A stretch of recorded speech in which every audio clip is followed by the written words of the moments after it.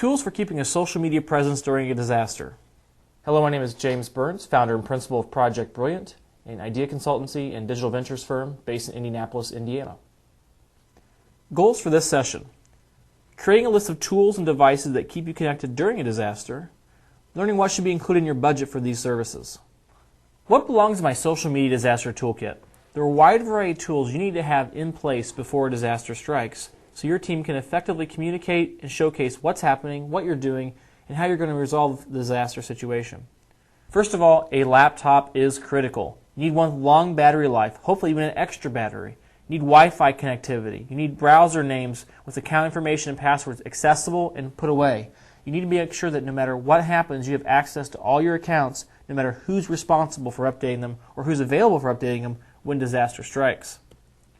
You also need a great digital camera, not an expensive one, but one that's got long battery life, one that's video capable. You need to make sure that you have additional traditional or proprietary batteries depending on what they have. Ideally, your digital camera will be one that requires AA's or AAA batteries, ones that are easily accessible in case there's no power to recharge batteries that you have.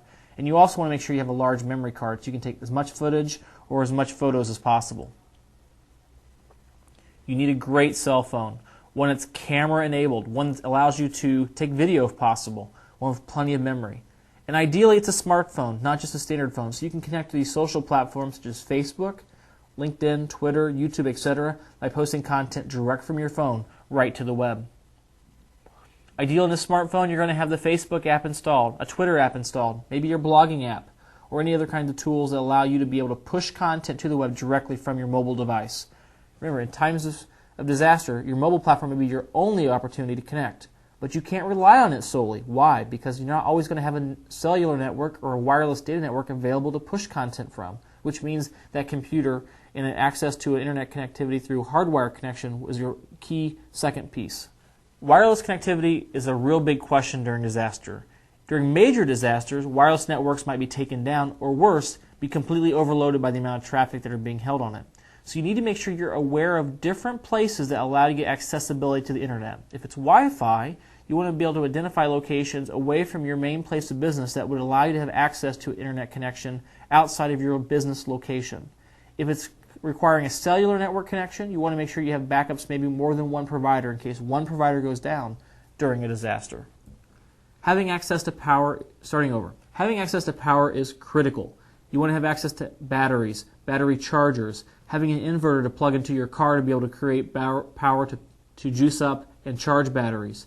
You want to be able to look at opportunities that use backup power systems whenever possible. Remember, without power, you can't stay connected to the digital world.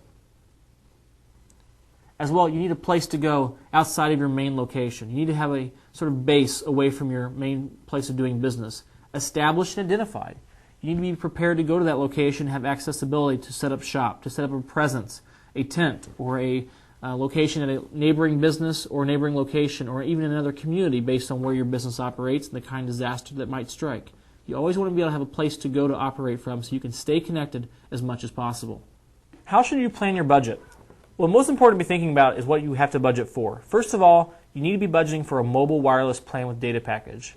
In some organizations where connectivity is super critical, they may utilize more than one carrier. So you might have a service package with Verizon and AT&T.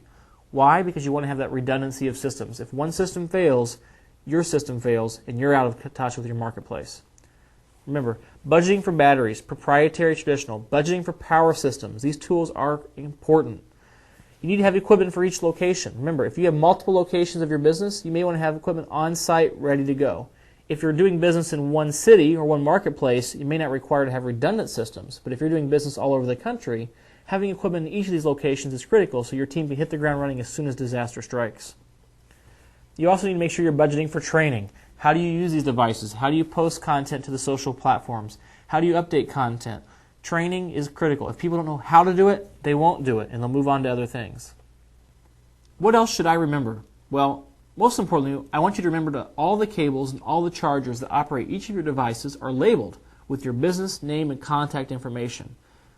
In a time of disaster, people are rushing around, they're looking for moving things around, they're trying to get out or to get to safety, and equipment gets left behind, or more importantly, it gets borrowed or used by someone else who also needs that equipment. Make sure your equipment's labeled so you can get it back when you need it. Make sure you have a team member assigned to regularly making sure batteries are charged. The worst thing that can happen is to have all the equipment ready for a disaster so you can cover it, use it, and then there will be no power, no accessibility to power, and now you're dead in the water. Remember, have an off-site storage location for equipment too. Maybe your main location may not be where you want to store everything, or having an alternative location with redundant systems is important. If your disaster strikes your facility unexpectedly and you have a fire or some other kind of damage that loses accessibility to that equipment, you have no opportunity to stay connected. So have access to other things off-site. Remember, keep it simple. Most organizations, including you, don't need fancy equipment. You need functional equipment. You need equipment people know how to use. Oftentimes people want to spend a lot of money on fancy cameras or fancy video cameras or other types of equipment, fancy phones. You need simple equipment that everyone can get access to and use without a lot of training. In times of disaster, the last thing you want to do is thinking about how to turn something on or how to make a setting work so that the camera does what you want it to do. Remember, you want to have your account names and passwords for your social platforms backed up, off-site, and accessible. You also want to make sure that more than one person has access to these accounts so that in the event that one person is injured or unavailable, you can maintain your social media communications. And in doing so, by giving more than one user administrative access to your social accounts, they're your backup. They're your off-site plan when the other person responsible might be consumed by dealing with a disaster one-on-one.